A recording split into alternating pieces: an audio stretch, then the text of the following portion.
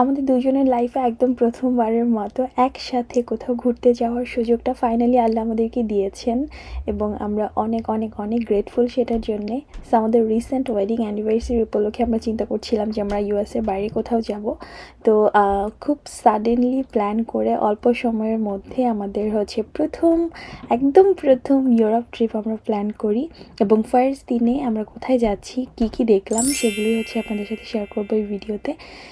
যদিও আমরা হচ্ছে অ্যানিভার্সারির আগে এই ট্রিপটা প্ল্যান করতে পারিনি বিকজ দুজনেরই কাজ ছিল, কাজ থেকে কেউ ছুটি পাচ্ছিলাম না। তো আমাদের অ্যানিভার্সারি চলে যাওয়ারও কিছুদিন পরে হচ্ছে আমরা এই ট্রিপটাতে যাই। তো যাই হোক, সব কিছু শেষ করে এয়ারপোর্টে চেক ইন ডান করে বোর্ডিংয়ের জন্য ওয়েট করছিলাম এবং বোর্ডিংয়ের জন্য ওয়েট করতে করতে আমি আমার নতুন যে পাসপোর্ট, ইউএস পাসপোর্টটা দেখছিলাম। ইউএস পাসপোর্টটা পাওয়ার পরে আমি ভেবেছিলাম যে ফার্স্ট একদম প্রথম প্লেস হবে বাংলাদেশ ছাড়া আমি অন্য কোথাও যাব না। বাট আল্লাহ যা করে অলওয়েজ ভালো প্ল্যান করে আমাদের জন্যে।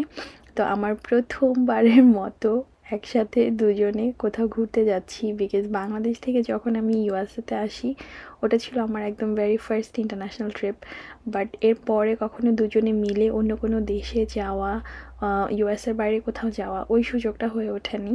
সো এতদিন পরে যেহেতু এই সুযোগটা এসেছে আমরা দুজনেই খুবই খুশি ছিলাম এবং খুশির চোটে আমরা এত বেশি হাসতেছিলাম যে আমার গালগুলো একদম ব্যথা হয়ে গেছে। তারপর বোর্ডিং শুরু হয়ে গেল, আমরা প্লেনে উঠে গেলাম। প্লেনে ওঠার পরে যেটা হয়, আমাদের সাথে যে ট্রাভেলার ছিলেন ওই মহিলা আসার পরে বলছিলেন যে উনি উইন্ডো সিটে বসলে ওনার কমফোর্টেবল লাগবে। তো আমি যেহেতু আগে থেকেই উইন্ডো সিটটা বুক করে রেখেছিলাম, আমার একটু খারাপ লাগছিল, বাট আমি যেহেতু অনেক দিন পরে ফ্লাই করছি, কোথাও যাচ্ছি, ওই এক্সাইটমেন্টের জন্যে আমি আসলে মন খারাপ করতে যাচ্ছিলাম না। তো আমি বললাম ইটস ওকে। এরপরে আমাদের ডিনার সার্ভ করে দেয় বিকজ আমাদের একদম মিডনাইট ফ্লাইট ছিল। সো বেশ অনেক রাত হয়ে গিয়েছে, আমরা অনেক বেশি হাংরি ছিলাম আর খাবারটা এত এত এত বেশি মজা ছিল। আই ডোন্ট নো ওয়াই, আমি হয়তো এক্সাইটমেন্টের জন্য অনেকক্ষণ না খেয়েছিলাম, সে কারণে খাবারটা অনেক অনেক বেশি মজা লেগেছিল। আমরা ফ্লাই করেছিলাম নর্থ আটলান্টিক এয়ারওয়েজের সাথে এবং ওখানে হচ্ছে যতদূর আমার মনে পড়ছে হালাল ফুড চুজ করা যায়। সো হালাল ফুডের অপশন যদি কেউ চুজ করে থাকেন তাহলে খুব প্রবাবলি এই চিকেন রাইস ভেজিটা দিয়ে থাকে এবং ইট ওয়াজ ডেলিশিয়াস। ডিনার শেষ করার পরে আমি হচ্ছে একটু মুভি দেখার প্ল্যান করছিলাম, বাট মুভি দেখতে দেখতে আমি ঘুমিয়ে গিয়েছি যেহেতু এটা আমার একদম অনেক দিন পরে লং ফ্লাইট ছিল বিকজ আমি হচ্ছে ইন্টারস্টেট অনেকগুলো স্টেটে ট্রাভেল করেছি, ওগুলো একদম কম সময়ের লাইক 3-4 ঘন্টার মতো ফ্লাইট ছিল, বাট এই ফ্লাইটটা একটু লেন্দি ছিল, অলমোস্ট 8 আওয়ারের মতো ছিল। তো আমি ঘুম থেকে উঠে দেখি যে সকাল হয়ে গেছে। সকাল না, আসলে আমরা আটলান্টিকের উল্টো পাশে চলে এসেছি। সো সানলাইট দেখা যাচ্ছিল। আমাদের ফ্লাইটটা ল্যান্ড করে বিকেলের দিকে, অলমোস্ট 5টা 5:30টার মতো সানসেটের সময়টা, এবং আমরা ফাইনালি চলে এসেছি প্যারিসে। Welcome to Paris everyone.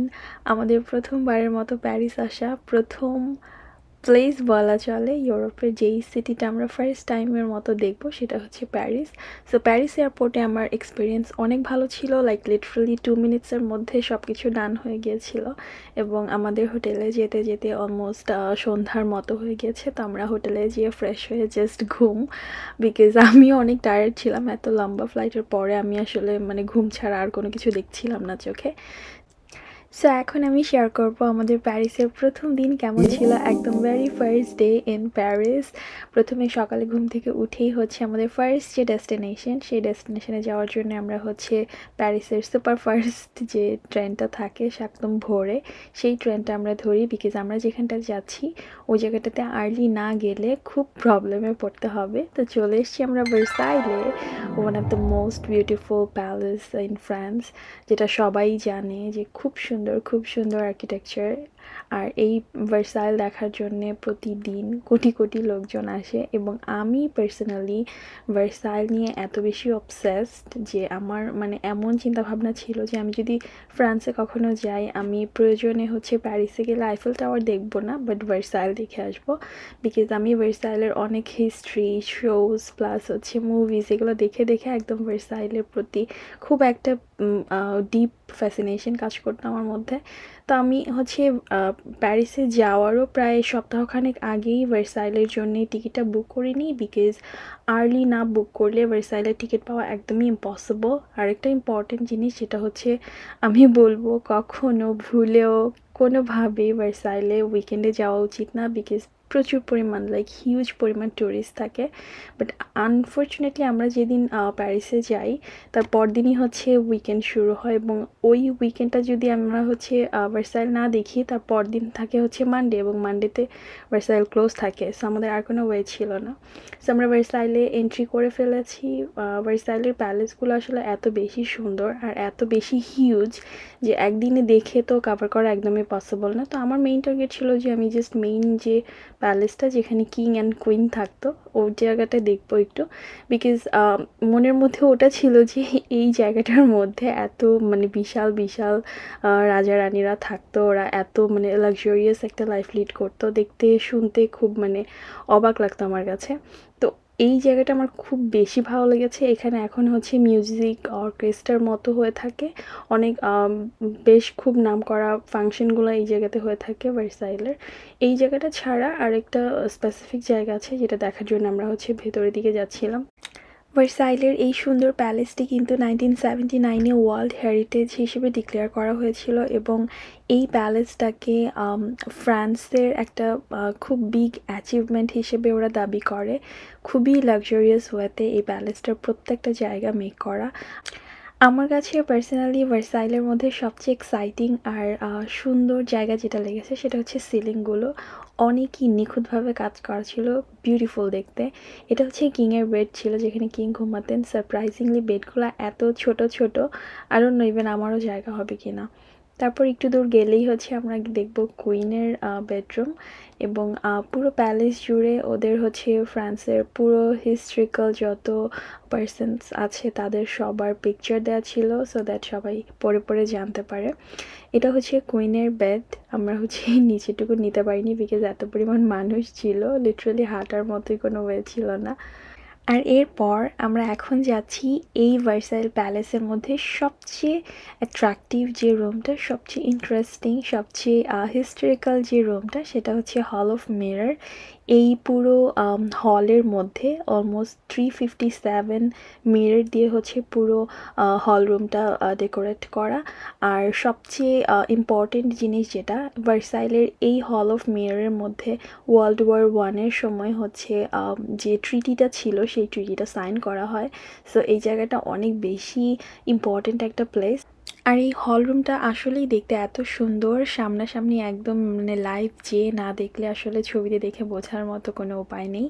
এরপর আমরা হচ্ছে প্যালেসের আরও বাকি যে কটা রুম ছিল ওগুলো চেক আউট করলাম।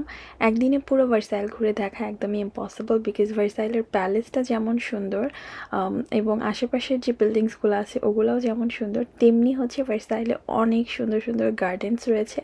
আমি যদি ফ্রান্সে থাকতাম তাহলে আমি যেটা করতাম সেটা হচ্ছে আমি ভার্সাইলের মেম্বারশিপ নিয়ে নিতাম, এবং সারা বছর যখন সুযোগ পেতাম তখনই যে একটু একটু করে ঘুরে আসতাম, বিকজ পার্সোনালি আমার অনেক অনেক অনেক পছন্দ হয়েছে। লাইক যে আর্টটা ছিল, যে হিস্ট্রি আছে, প্রত্যেকটা রুমে গেলে হচ্ছে কিছু না কিছু হিস্ট্রি ওখানে হয়েছে, কেউ না কেউ কিছু করেছে। সো এই জিনিসগুলো আমার কাছে অনেক বেশি ইন্টারেস্টিং লাগছে। সো আমরা হল অফ মিরর দেখা শেষ করে আরেকটা বিশাল হল রুমের দিকে যাচ্ছিলাম, যেখানে হচ্ছে ভার্সাইলে যত যুদ্ধ হয়েছে এবং যত সোলজাররা হচ্ছে মারা গিয়েছে, বা সোলজাররা যারা অনেক বেশি বিখ্যাত ছিলেন তাদের সব হিস্ট্রি দিয়ে এই হল রুমটা সাজানো। এই জায়গাটা আমার কাছে ভীষণ সুন্দর লেগেছে। এবং তারপরে আমাদের প্যালেসটা মোটামুটি দেখা শেষ করে আমরা বেরিয়ে যাই। ভার্সাইল থেকে অনেক দূর হাঁটতে হয় সাবওয়েতে আসা পর্যন্ত।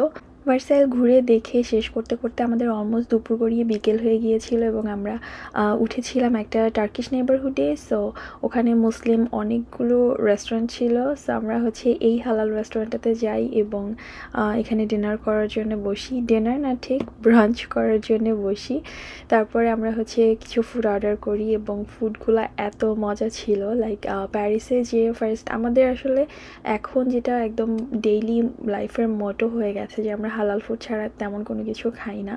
খুব কষ্ট হলেও আমরা খুঁজে খুঁজে হালাল ফুডটা খাই। সেই কারণে আমরা ফ্রান্সে যেয়েও হচ্ছে একটা মুসলিম নেইবারহুডে ওঠা ট্রাই করেছি, যেখানে হচ্ছে হালাল ফুড খাওয়া যাবে, সারাদিন ঘুরে টুরে এসে হালাল ফুড খাওয়া যাবে। বিকজ ফ্রান্সের বেশিরভাগ জায়গাতেই হচ্ছে ওদের যে রেস্টুরেন্টগুলো আছে সেখানে মোটেই হালাল ফুড সার্ভ করে না। প্লাস হচ্ছে আপনি যদি পিৎজা অথবা পাস্তা এগুলোও খেতে যান, ওগুলো তো দেখা যায় যে অ্যালকোহল থাকে। সো এই কারণে আমি ট্রাই করছিলাম যে আমরা মুসলিম কোনো নেবারহুডে উঠলে সেখান থেকে আমাদের হালাল ফুড পাওয়াটা অনেক বেশি ইজি হবে।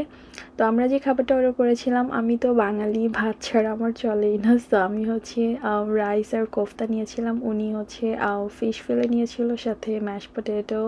ভাত খাওয়ার পরে যেই ডেজার্টটা আমি ট্রাই করি, এত মজা ছিল।